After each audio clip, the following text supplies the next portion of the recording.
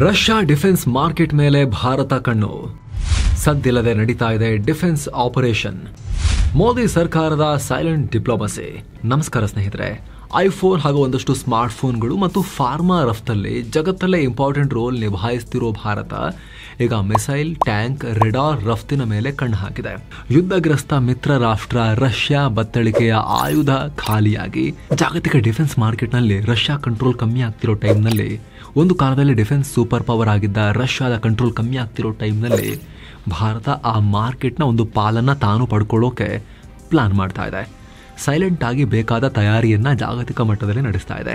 ಹಾಗಿದ್ರೆ ಏನಿದು ಭಾರತದ ಡಿಫೆನ್ಸ್ ಪ್ಲಾನ್? ಯುಕ್ರೇನ್ ಬಿಟ್ಟರೆ ಜಗತ್ತಲ್ಲಿ ಅತಿ ಹೆಚ್ಚು ಆಯುಧ ಆಮದು ಮಾಡ್ಕೊಳ್ತಿರೋ ಭಾರತ ಡಿಫೆನ್ಸ್ ಎಕ್ಸ್ಪೋರ್ಟ್ ಎಕಾನಮಿ ಆಗೋಕೆ ಸಾಧ್ಯನಾ? ಅದರಲ್ಲೂ ಕೂಡ ಮಿತ್ರ ರಾಷ್ಟ್ರ ರಷ್ಯಾ, ನಮಗೆ ಹೆವಿ ಡಿಫೆನ್ಸ್ ಎಕ್ಸ್ಪೋರ್ಟ್ ನಮಗೆ ಮಾಡ್ತಾ ಇರೋ ರಷ್ಯಾ, ಅವರನ್ನ ನಮ್ಮ ಗ್ರಾಹಕ ಮಾಡ್ಕೊಳ್ಳೋಕೆ ಸಾಧ್ಯನಾ? ಎಲ್ಲವನ್ನ ಈ ವರದಿಯಲ್ಲಿ ಕ್ವಿಕ್ ಆಗಿ ನೋಡ್ತಾ ಹೋಗೋಣ. ಕಡೆ ತನಕ ಮಿಸ್ ಮಾಡದೆ ನೋಡಿ. mastmaga.comಗೆ ಸ್ವಾಗತ. ನಾನು ಅಮರ್ ಪ್ರಸಾದ್. ರಷ್ಯಾ ಗ್ರಾಹಕರ ಮೇಲೆ ಮೋದಿ ಕಣ್ಣು. ಒಂದ್ ಕಡೆ ಯುಕ್ರೇನ್ ಜೊತೆಗಿನ ಯುದ್ಧ, ಮತ್ತೊಂದ್ ಕಡೆ ಪಾಶ್ಚಿಮಾತ್ಯ ರಾಷ್ಟ್ರಗಳ ಸಾಲು ಸಾಲು ಸ್ಯಾಂಕ್ಷನ್ಗಳು ರಷ್ಯಾ ಡಿಫೆನ್ಸ್ ಇಂಡಸ್ಟ್ರಿಯನ್ನ ಹಿಂಡಿ ಹಿಪ್ಪೆ ಮಾಡ್ತಿವೆ. ರಷ್ಯಾ ಮೊದಲಿನ ತರ ಆಯುಧ ಉತ್ಪಾದನೆ ಮಾಡೋಕೆ ಆಗ್ತಾ ಇಲ್ಲ. ಮಾಡಿದ್ರು ಸರಿಯಾದ ಟೈಮಿಗೆ ಗ್ರಾಹಕರಿಗೆ ಡೆಲಿವರಿ ಮಾಡೋಕ್ಕೂ ಆಗ್ತಾ ಇಲ್ಲ. ಪರಿಣಾಮ ಸಾಂಪ್ರದಾಯಿಕವಾಗಿ ರಷ್ಯಾ ಹಾಗೂ ರಷ್ಯಾ ಜೊತೆಗಿದ್ದ ಮಧ್ಯ ಏಷ್ಯಾ, ಆಗ್ನೇಯ ಏಷ್ಯಾ ಹಾಗೂ ಆಫ್ರಿಕನ್ ರಾಷ್ಟ್ರಗಳು ಹೊಸ ಸಪ್ಲೈಯರ್ಗಳೊಂದಿಗೆ ಮುಖ ಮಾಡ್ತಿದ್ದಾರೆ.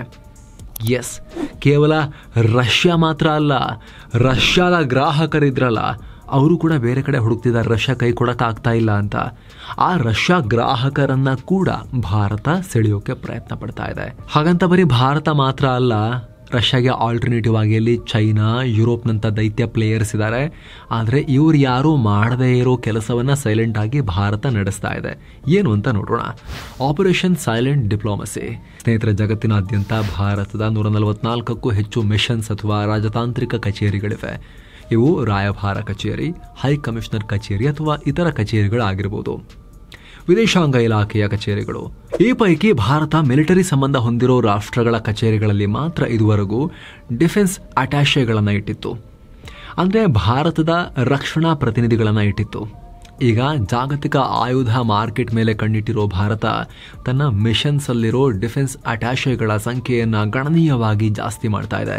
ಅದರಲ್ಲೂ ಸಾಂಪ್ರದಾಯಿಕವಾಗಿ ರಷ್ಯನ್ ಡಿಫೆನ್ಸ್ ಸಪ್ಲೈಸ್ ಮೇಲೆ ಯಾರೆಲ್ಲ ಡಿಪೆಂಡ್ ಆಗಿದ್ರು, ಯಾರೆಲ್ಲ ರಷ್ಯಾದ ಡಿಫೆನ್ಸ್ ಗ್ರಾಹಕರಾಗಿದ್ರು, Algeria, Morocco, Guyana, Tanzania, Argentina, Ethiopia, Cambodia, ಈ ರೀತಿ 20ಕ್ಕೂ ಅಧಿಕ ರಾಷ್ಟ್ರಗಳಲ್ಲಿ ಭಾರತ ಹೊಸದಾಗಿ ಡಿಫೆನ್ಸ್ ಅಟ್ಯಾಷೆ ಶುರು ಮಾಡ್ತಾ ಇದೆ. ಅವರ ಕೆಲಸವೇ ಭಾರತದ ಆಯುಧಗಳನ್ನು ಪ್ರಮೋಟ್ ಮಾಡೋದು. ಭಾರತ ಸರ್ಕಾರದ ಪ್ರತಿನಿಧಿಗಳಾಗಿ ಆ ರಾಷ್ಟ್ರಗಳೊಂದಿಗೆ ಡಿಫೆನ್ಸ್ ಡೀಲ್ ನೆಗೋಷಿಯೇಟ್ ಮಾಡಿ ವ್ಯಾಪಾರ ಕುದುರಿಸೋದು. ಅಷ್ಟೇ ಅಲ್ಲ, ಆ ದೇಶಗಳು ಆಯುಧವನ್ನು ಖರೀದಿ ಮಾಡೋ ಪ್ರಕ್ರಿಯೆಯಲ್ಲೂ ನೆರವಾಗೋಕೆ ಭಾರತ ಪ್ರಯತ್ನ ಪಡ್ತಾ ಇದೆ. ಡೀಲರ್ಗಳನ್ನು ಹುಡುಕೋದು, ಆಯುಧ ಖರೀದಿಗೆ ಸಾಲ ಕೊಡೋ ಕಂಪನಿ ಹುಡುಕೋದ್ರಲ್ಲೂ ಕೂಡ ಭಾರತದ ರಕ್ಷಣಾ ಪ್ರತಿನಿಧಿಗಳು ಸಹಾಯ ಮಾಡ್ತಿದ್ದಾರೆ. ಭಾರತ ಈಗ ಆಲ್ರೆಡಿ ತನ್ನ ರಕ್ಷಣಾ ಪ್ರತಿನಿಧಿಗಳ ಸಹಾಯದಿಂದ ಒಂದು ದೇಶಕ್ಕೆ ಅತಿ ಹೆಚ್ಚು ಆಯುಧ ಸಪ್ಲೈ ಮಾಡೋ ರಾಷ್ಟ್ರವಾಗಿಯೂ ಹೊರಹೊಮ್ಮಿಬಿಟ್ಟಿದೆ. ಯಾವುದು ಆ ರಾಷ್ಟ್ರ? ಅರ್ಮೇನಿಯಾ. ಏನು ಸ್ನೇಹಿತರೆ, ವರದಿಯಲ್ಲಿ ಮುಂದುವರಿಯೋ ಮುನ್ನ 7 ಸ್ಯಾಂಡ್ಸ್ ಟೂರಿಸಂ ಕಂಪನಿಯ ವೈಷ್ಣೋ ದೇವಿ ಅಮೃತ್ಸರ್ ಕಾಶ್ಮೀರ್ ಟ್ರಿಪ್ ಬಗ್ಗೆ ನೋಡೋಣ. ಆಫರ್ ಪ್ರೈಸ್ ಕೇವಲ 62,700 ರೂಪಾಯಿ. Wagah border, Golden Temple, Pahalgam, Sonmarg, Gulmarg, Srinagar ಇಲ್ಲಿಗೆಲ್ಲ ಹೋಗೋದಿರುತ್ತೆ. 7 ನೈಟ್ 8 ಡೇಸ್ ಟ್ರಿಪ್ ಇದು. ಈ ಪ್ಯಾಕೇಜ್ ಅಲ್ಲಿ flight tickets, 3 star hotel stay, all meals, ದರ್ಶನ ವ್ಯವಸ್ಥೆ, ಎಸಿ ಟ್ರಾನ್ಸ್ಪೋರ್ಟ್, ಬೋಟಿಂಗ್ ಮತ್ತು ಆಟೋ ಚಾರ್ಜಸ್, 24/7 ಟೂರ್ ಮ್ಯಾನೇಜರ್ ಸೌಲಭ್ಯ ಎಲ್ಲವೂ ಸೇರಿರುತ್ತೆ. ಹಾಗೆ ಹಿರಿಯ ನಾಗರಿಕರಿಗೆ ಸ್ಪೆಷಲ್ ಕೇರ್ ಕೂಡ ಇರುತ್ತೆ. ಹೊರಡೋ ದಿನ 19 ಮೇ 2025. ಕೆಲವೇ ಸೀಟುಗಳು ಲಭ್ಯ. ಆಸಕ್ತರು ಈ ನಂಬರ್ಗೆ ಕಾಲ್ ಮಾಡಿ ನಿಮ್ಮ ಸೀಟನ್ನ ಕೂಡ ಬುಕ್ ಮಾಡಬಹುದು. ಬನ್ನಿ ಈಗ ವರದಿಯಲ್ಲಿ ಮುಂದುವರಿಯೋಣ. ಅರ್ಮೇನಿಯಾದಲ್ಲಿ ರಷ್ಯಾ ಮೊನೋಪಲಿ ಅಂತ್ಯ. ಕಳೆದ ವರ್ಷ ಮೊದಲ ಬಾರಿಗೆ ಭಾರತ ಅರ್ಮೇನಿಯಾದಲ್ಲಿ ಡಿಫೆನ್ಸ್ ಅಟ್ಯಾಷೆ ನಿಯೋಜನೆ ಮಾಡಿತ್ತು. ಒಂದು ಕಾಲದಲ್ಲಿ ಸೋವಿಯತ್ ರಷ್ಯಾದ ಭಾಗ, ಕಂಪ್ಲೀಟ್ ಆಗಿ ರಷ್ಯನ್ ಆಯುಧಗಳ ಮೇಲೆ ಡಿಪೆಂಡ್ ಆಗಿದ್ದ ರಾಷ್ಟ್ರ ರಷ್ಯಾಗೆ ನಿಷ್ಠಾವಂತ. ಅಂತಾರಾಷ್ಟ್ರ ಭಾರತದ ಡಿಫೆನ್ಸ್ ಅಟ್ಯಾಷೆ ಅಲ್ಲಿ ಹೋಗಿ ನೆಲೆಸಿದ ಮೇಲೆ ಸಾಕಷ್ಟು ರಕ್ಷಣಾ ಒಪ್ಪಂದಗಳಿಗೆ ಭಾರತ ಜೊತೆಗೆ ಸೈನ್ ಹಾಕ್ತು. ಅಜರ್ಬೈಜಾನ್ ಜೊತೆಗಿನ ಕದನದಲ್ಲಿದ್ದ ಅರ್ಮೇನಿಯಾಗೆ ರಷ್ಯನ್ ಆಯುಧಗಳು ಸರಿಯಾದ ಟೈಮ್ಗೆ ಡೆಲಿವರಿ ಆಗ್ತಾ ಇರಲಿಲ್ಲ. ಅದನ್ನ ಭಾರತ ಯೂಸ್ ಮಾಡಿಕೊಳ್ತು.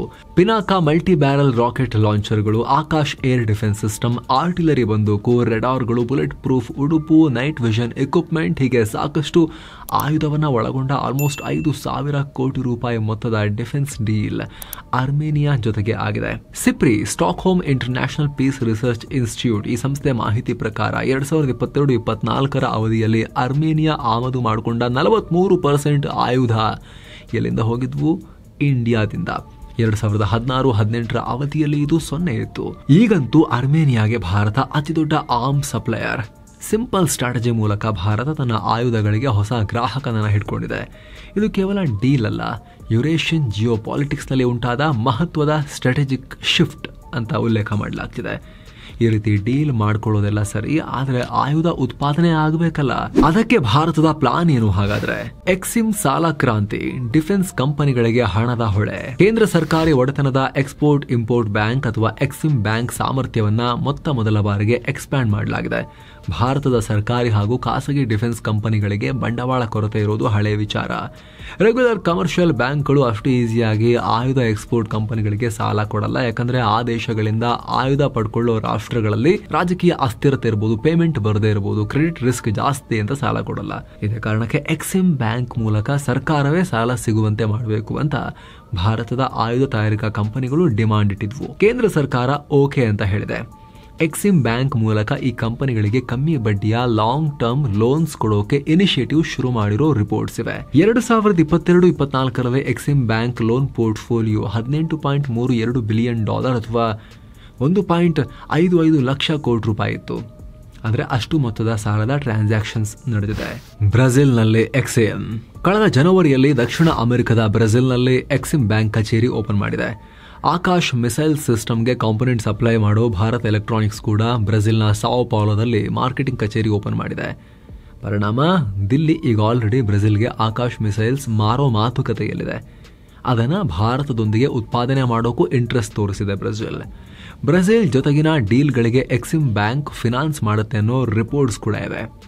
ಇಂಟ್ರೆಸ್ಟಿಂಗ್ ವಿಚಾರ ಅಂದ್ರೆ ದಕ್ಷಿಣ ಅಮೆರಿಕದ ಬ್ರೆಜಿಲ್, ಪೆರು, ವೆನೆಜುವೆಲಾ, ಅರ್ಜೆಂಟೀನಾಗಳು ರಷ್ಯನ್ ಆಯುಧವನ್ನ ಖರೀದಿ ಮಾಡೋ ರಾಷ್ಟ್ರಗಳು. ಸೊ ಈಗ ಹೊಸದಾಗಿ ಭಾರತ ರಕ್ಷಣಾ ಪ್ರತಿನಿಧಿಗಳನ್ನ, ಡಿಫೆನ್ಸ್ ಅಟ್ಯಾಷೆಗಳನ್ನ ನೇಮಿಸ್ತಿರೋ ರಾಷ್ಟ್ರಗಳ ಲಿಸ್ಟ್ನಲ್ಲೂ ಕೂಡ ಅರ್ಜೆಂಟೀನಾ ಇದೆ ಅನ್ನೋ ಮಾಹಿತಿ ಇದೆ. ಇತರ ಲ್ಯಾಟಿನ್ ಅಮೆರಿಕನ್ ರಾಷ್ಟ್ರಗಳು ಅಲ್ಲಿಗೆ ಸೇರ್ಕೋಬಹುದು ಅನ್ನೋ ಮಾಹಿತಿ ಇದೆ. ಸೊ ಸ್ನೇಹಿತರೆ, ಯುಕ್ರೇನ್ ಯುದ್ಧ ಇಲ್ಲಿ ಟರ್ನಿಂಗ್ ಪಾಯಿಂಟ್. ಈ ಅನಾಹುತವನ್ನ ಅವಕಾಶವನ್ನಾಗಿ ಭಾರತ ಬಳಸಿಕೊಳ್ಳೋಕೆ ಪ್ರಯತ್ನ ಪಡ್ತಾ ಇದೆ. ಭಾರತ ಐತಿಹಾಸಿಕವಾಗಿ ರಷ್ಯಾದೊಂದಿಗೆ ಒಳ್ಳೆ ಸಂಬಂಧವನ್ನ ಹೊಂದಿದೆ. ಅಮೆರಿಕ ಜೊತೆಗೂ ಇತ್ತು ಸಂಬಂಧ, ಆದರೆ ರಷ್ಯಾ ಜೊತೆಗೆ ಜಾಸ್ತಿ ಇತ್ತು. ಹಾಗಾಗಿ ರಷ್ಯಾ ಮಿತ್ರ ರಾಷ್ಟ್ರಗಳಿಗೆ ಭಾರತ ಸ್ಟ್ರೇಂಜರ್ ಏನಲ್ಲ. ಈಗ ರಷ್ಯಾ ಆಯುಧ ಸಪ್ಲೈ ಮಾಡೋಕೆ ಆಗದೇ ಇರೋ ಸಿಚುವೇಶನ್ ಇದೆ. ಇದೇ ಟೈಮ್ನಲ್ಲಿ ಭಾರತದ ಡಿಫೆನ್ಸ್ ಸೆಕ್ಟರ್ ಬೂಮ್ ಆಗ್ತಾ ಇದೆ. ಯಾವ ಲೆವೆಲ್ಗೆ ಅಂತ ಹೇಳಿದ್ರೆ, ಭಾರತ ರಷ್ಯಾಗೂ ಶಸ್ತ್ರಾಸ್ತ್ರಗಳನ್ನ, ಕಾಂಪೋನೆಂಟ್ಸ್ ಅನ್ನ ಸಪ್ಲೈ ಮಾಡ್ತಾ ಇದೆ ಅನ್ನೋ ಆರೋಪ ಮಾಡಲಾಗಿದೆ. ಇದೆಲ್ಲ ಗುಟ್ಟಾಗಿ, ಯಾಕಂದ್ರೆ ಯುದ್ಧ ನಡೀತಿರೋ ಟೈಮ್ನಲ್ಲಿ ರಷ್ಯಾಗೆ ಶಸ್ತ್ರಾಸ್ತ್ರ ಕೊಟ್ಟರೆ ಅಮೆರಿಕ ಮತ್ತು ಮಿತ್ರರು ರೊಚ್ಚಿಗೆ ಹೇಳ್ತಾರೆ. ಆದರೆ ಇಂಟರ್ನ್ಯಾಷನಲ್ ಮೀಡಿಯಾಗಳಲ್ಲಿ ಕೆಲವು ಸಲ ಯುಕ್ರೇನ್ ಕೂಡ ಮಾಡಿರೋ ಆರೋಪಗಳ ಪ್ರಕಾರ ರಷ್ಯಾ ಬಳಸಿರೋ ಶಸ್ತ್ರಾಸ್ತ್ರಗಳಲ್ಲಿ ಭಾರತದ ಬಿಡಿ ಭಾಗಗಳು ಸಿಕ್ಕಿವೆ ಅನ್ನೋ ಆರೋಪಗಳನ್ನ ಹಿಂದೆ ಮಾಡಲಾಗಿತ್ತು. ಒಟ್ಟಲ್ಲಿ ಭಾರತ ಈಗ ಒಂದಷ್ಟು ರಫ್ತನ್ನ ಶುರು ಮಾಡಿದೆ. ಸಾವಿರಾರು ಡಿಫೆನ್ಸ್ ಸ್ಟಾರ್ಟ್ಅಪ್ ಹುಡ್ಕೊಳ್ತಾ ಇವೆ. 2024-25 $2.76 ಬಿಲಿಯನ್ ಅಥವಾ 23,000 ಕೋಟಿ ರೂಪಾಯಿ ಮೌಲ್ಯದ ಆಯುಧ ರಫ್ತಿದೆ. 2029 ಒಳಗೆ ಇದನ್ನ $6 ಬಿಲಿಯನ್ ತಲುಪಿಸೋಕೆ ಭಾರತ ಟಾರ್ಗೆಟ್ ಹಾಕೊಂಡಿದೆ. ಆ ನಿಟ್ಟಿನಲ್ಲಿ ಈಗ ತನ್ನ ಡಿಫೆನ್ಸ್ ಅಟ್ಯಾಷೆಗಳ ಮೂಲಕ ಆಯುಧ ರಫ್ತನ್ನ ಪುಷ್ ಮಾಡೋಕೆ ಪ್ರಯತ್ನ ಪಡ್ತಾ ಇದೆ. ಅರ್ಮೇನಿಯಾ ನಂತರ ಸಾಕಷ್ಟು ರಾಷ್ಟ್ರಗಳಲ್ಲಿ ಮಾರ್ಕೆಟ್ ಎಕ್ಸ್ಪ್ಯಾಂಡ್ ಮಾಡೋಕೆ ಪ್ರಯತ್ನ ಪಡ್ತಿದ್ದಾರೆ. ಈಗ already Vietnam, UAE Akash missile system ಖರೀದಿಯ ಮಾತುಕತೆಯಲ್ಲಿದ್ದಾರೆ. ಈಜಿಪ್ಟ್ ಕೂಡ ಈ ಮಿಸೈಲ್ ಸಿಸ್ಟಮ್ ಖರೀದಿಸುವ ಆಸಕ್ತಿಯನ್ನು ತೋರಿಸಿದೆ. ಹೀಗೆ ರಷ್ಯಾ ಮುಷ್ಟಿಯಿಂದ ಜಾರಿ ನೀರಿಗಿಳಿತಾ ಇರುವಂತಹ ಮೀನುಗಳನ್ನು ಭಾರತ ತನ್ನ ಅಕ್ವೇರಿಯಂಗೆ ಹಾಕೊಳ್ಳೋಕೆ ಪ್ರಯತ್ನ ಪಡ್ತಾ ಇದೆ.